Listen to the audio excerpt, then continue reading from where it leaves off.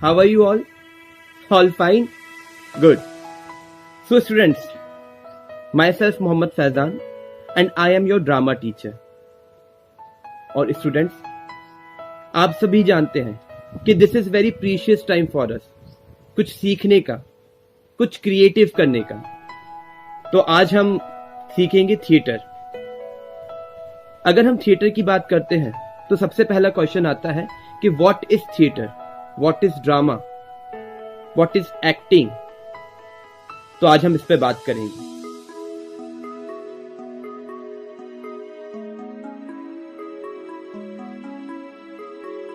Generally, theatre art is considered acting only, but that is not true. Because theatre is a vast subject. बहुत बड़ा subject है theatre, जो केवल acting से पूरा नहीं होता। And students, if you want to become a theatre artist, so you have to work on scripting, translating, dancing, singing, set designing, costume, makeup, direction, instrument playing and acting itself. Now students, drama, play. Basically drama is divided into two parts. जो play होता है वो दो part में divide होता है। Number 1 on stage, जिसे हिंदी में मंच पर कहते हैं, एंड नंबर 2 बैक स्टेज, जिसको हिंदी में मंच परे कहा जाता है। तो मैंने अभी बताया आपको कि दो पार्ट्स में डिवाइड है, मंच पर और मंच परे। अब मंच पर क्या? मंच पर की अगर हम बात करते हैं तो मंच पर वो होता है जहां परफॉर्मेंस होती है, लाइव परफॉर्मेंस। बिकॉज थिएटर जो है वो लाइव परफॉर्मेंस कहा जाता है, जो लाइव परफॉर्म होता है और उसको लाइव ऑडियंस बैठ के देखती है। जितनी भी सामने ऑडियंस बैठी होती है वो लाइव देख रही होती है। इसमें अलग अलग कैरेक्टर्स होते हैं, अलग अलग पर्सन अलग अलग कैरेक्टर प्ले करता है और लाइव प्ले करता है, इसलिए इसे ऑन स्टेज लाइव प्ले कहा जाता है।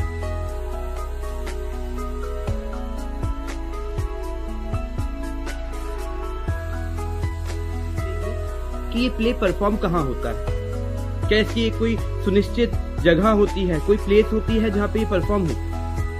अगर आप ऐसा मानते हैं तो ये भी बिल्कुल गलत है। बिकॉज प्ले तो कहीं भी परफॉर्म किया जा सकता है, चाहे एक वो बहुत बड़ा हॉल क्यों ना हो, चाहे एक छोटा सा कमरा क्यों ना हो। इसको हम किसी ग्राउंड में भी परफॉर्म कर सकते हैं, या कोई फेयर, कोई मेला लगा हो तो वहां पे भी परफॉर्म किया जाता है प्ले। तो इसका मतलब ये हुआ कि इसकी कोई एक जगह नहीं होती है पर्टिकुलर कि हम एक इस स्थान पे इसको परफॉर्म करें, कहीं भी परफॉर्म कर सकते हैं। और ना इसका कोई टाइम होता है परफॉर्म करने का, कि ये सुबह परफॉर्म हो या शाम को हो या दोपहर को हो। इसको हम कभी भी परफॉर्म कर सकते हैं प्ले को। प्ले के लिए कोई टाइम, कोई जगह नहीं होती। अब अगर आपने देखा होगा, आपने भोपाल में भारत भवन का नाम तो सुना ही होगा और देखा भी होगा भारत भवन। आपने हम भारत भवन की बात करें तो भारत भवन के अंदर हम जब जाते हैं तो वहां एक ऑडिटोरियम, जहां पे एक प्रॉपर स्टेज है, ऊपर लाइट्स लगी हुई हैं, साइड में दोनों साइड विंग्स हैं जहां से एग्जिट एंट्री होती है आर्टिस्ट की जब वो प्ले करते हैं। और स्टेज के जस्ट फ्रंट में आप देखेंगे तो सीढ़ियां बनी हुई हैं, उस पे गद्दे रखे हुए हैं जहां पे ऑडियंस आके बैठती है और प्ले देखती है। तो इसका मतलब ये हुआ कि वहां हम परफॉर्म करते हैं, वहां परफॉर्म हो सकता है। अगर आप उसी भारत भवन के थोड़ा सा और अंदर जाएंगे, ये ऑडिटोरियम के साइड में, तो जितना बड़ा ये ऑडिटोरियम है उससे एक थोड़ा छोटा एक कमरा है जिसमें कुर्सियां लगी हुई हैं और सामने एक फ्लोर है। उसमें ऐसा कोई प्रॉपर स्टेज नहीं बना है, सिर्फ एक फ्लोर है। वहां पर भी प्ले परफॉर्म होता है। और ये तो इंडोर की बात होगी। अगर आप भारत भवन के पीछे बैक साइड जाते हैं, जो जहां से लेक दिखता है, तो वहां अगर आप देखेंगे तो एक ग्राउंड है सिर्फ। वहां कोई स्टेज नहीं है, कोई फ्लोर नहीं है, सिर्फ एक ग्राउंड है मिट्टी का, जिसके सामने सीमेंटेड सीढ़ियां बनी हुई है, स्टेयर्स बने हुए हैं। वहां पर भी प्ले होता है। जो स्टेयर्स है उस पे ऑडियंस आके बैठती है और वहां पर सामने ग्राउंड में प्ले होता है। तो मेरा केवल बताने का ये अर्थ है आपको कि जो प्ले है वो कहीं भी परफॉर्म हो सकता है, जो मैं पहले भी बता चुका हूं आपको। इसके लिए कोई प्लेस नहीं होती कि सिर्फ एक पर्टिकुलर प्लेस पे ही प्ले परफॉर्म किया जाए। हमारा ड्रामा, हमारा प्ले कहीं भी परफॉर्म हो सकता है।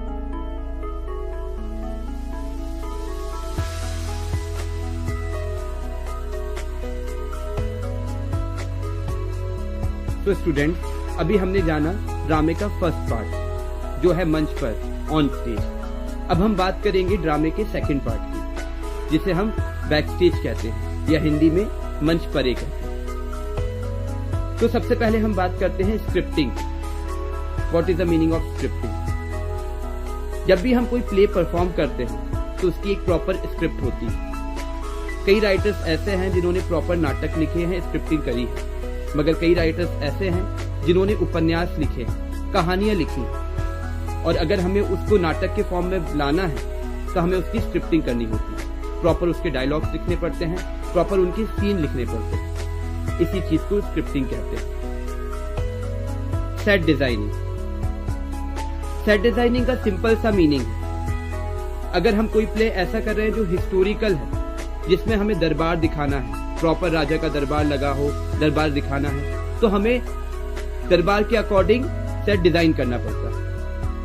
लगे कि दरबार लगा हुआ है, सेट लगना चाहिए कि दरबार का सेट। और कोई प्ले ऐसा होता है जिसमें हमें विलेज, गांव दिखाना है, तो हमें गांव क्रिएट करना पड़ता है, विलेज क्रिएट करना पड़ता है। उसी को कहते हैं सेट डिजाइन।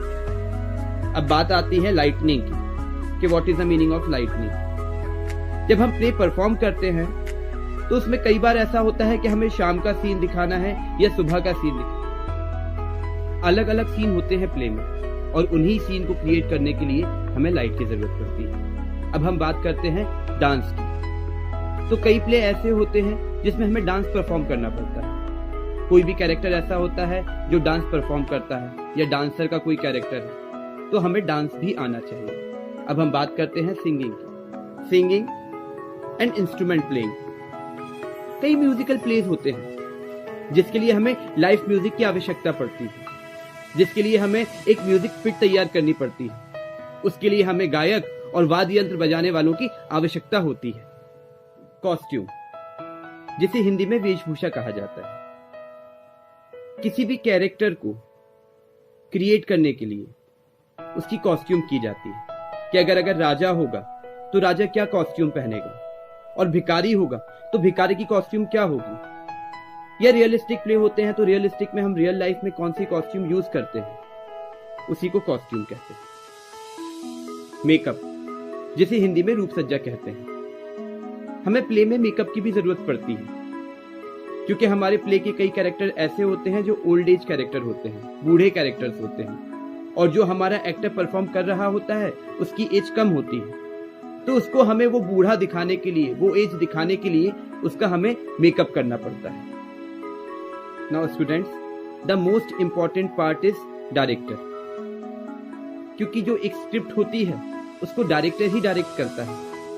डायरेक्टर ही हमें बताता है कि एक्टर को कहां से आना है, कहां जाना है, कहां खड़े होना है, क्या डायलॉग बोलना है, कैसे डायलॉग को अपने एक्सप्रेस करना है, या वो जो कैरेक्टर है वो क्या कॉस्ट्यूम पहनेगा, या इस जो प्ले है इसका म्यूजिक कैसा होगा।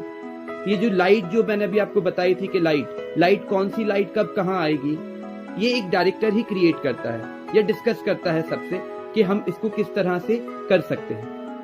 तो डायरेक्टर का एक बहुत ही इंपॉर्टेंट रोल होता है। इंटरेस्टिंग बात यह है कि थिएटर में हर चीज का स्कोप है, हर आर्ट का स्कोप है, हर क्रिएटिविटी का स्कोप है। दैट्स व्हाई वी से कि theatre is itself a complete life.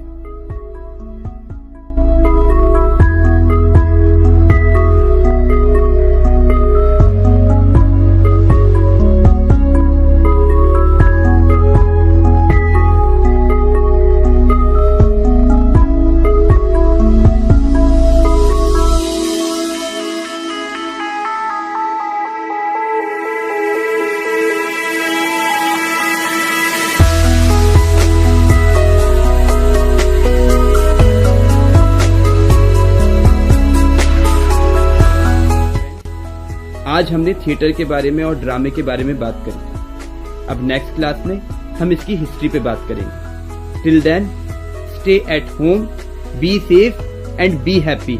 Good bye. Bye.